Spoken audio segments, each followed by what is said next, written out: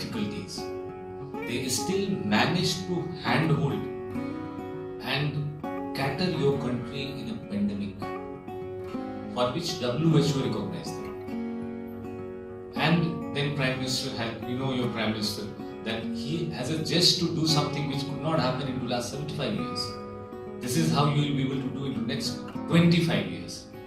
So that Amrit Kal concept is to digitize each of them with digital technology and with the devices. And on the basis of devices, if you look at the spectrum which is played on the screen, this has validation of the person to create health record.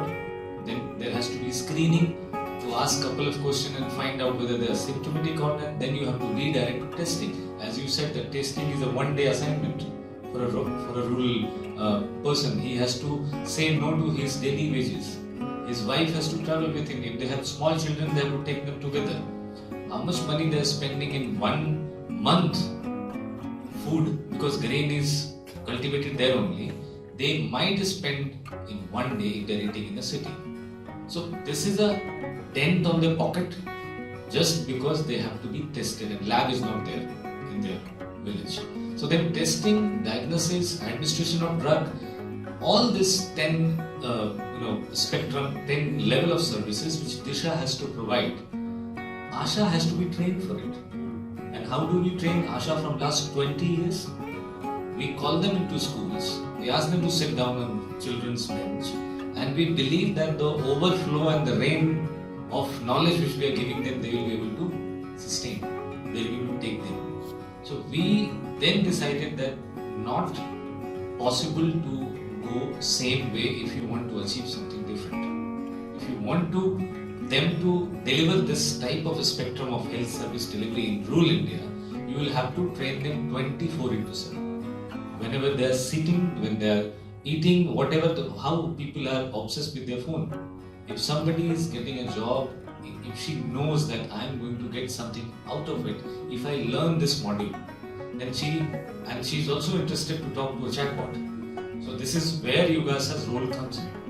They continuously feed them the information that the state government is having for them, what they can go and speak to other people, how she can populate or bring awareness of the important aspects which are there only in their state, in their area. It can be a heat map of cancer, it can be a heat map of tobacco, adolescent health, it can be anything tailor-made for that area only. And to qualify that, she has to learn the entire model. She also have to understand that if there is a DBT attached to it, direct benefit transfer attached to it, then how she has to claim for their beneficiaries. So this entire knowledge is a piece of a very technical training.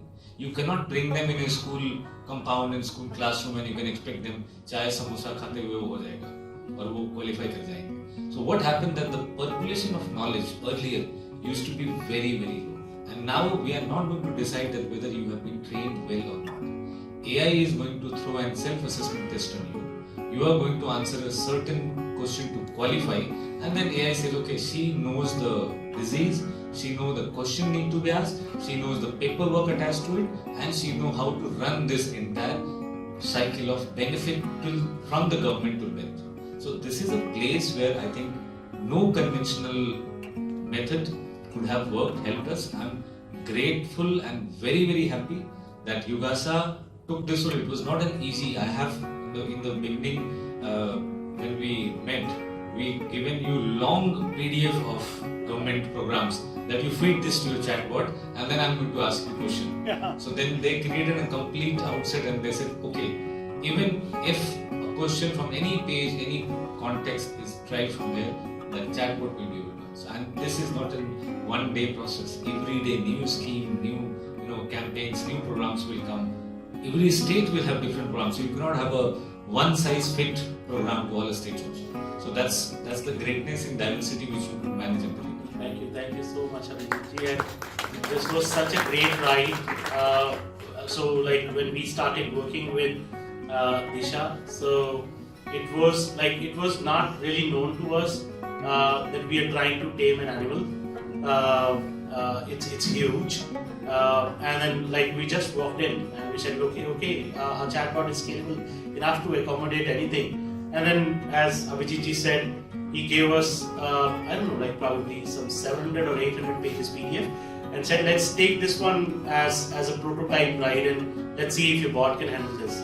So, but then we were really excited, and we could really make this up happening, and I'm glad that we are able to do our bit for the rural India, especially in terms of educating ASHAs. Thank you.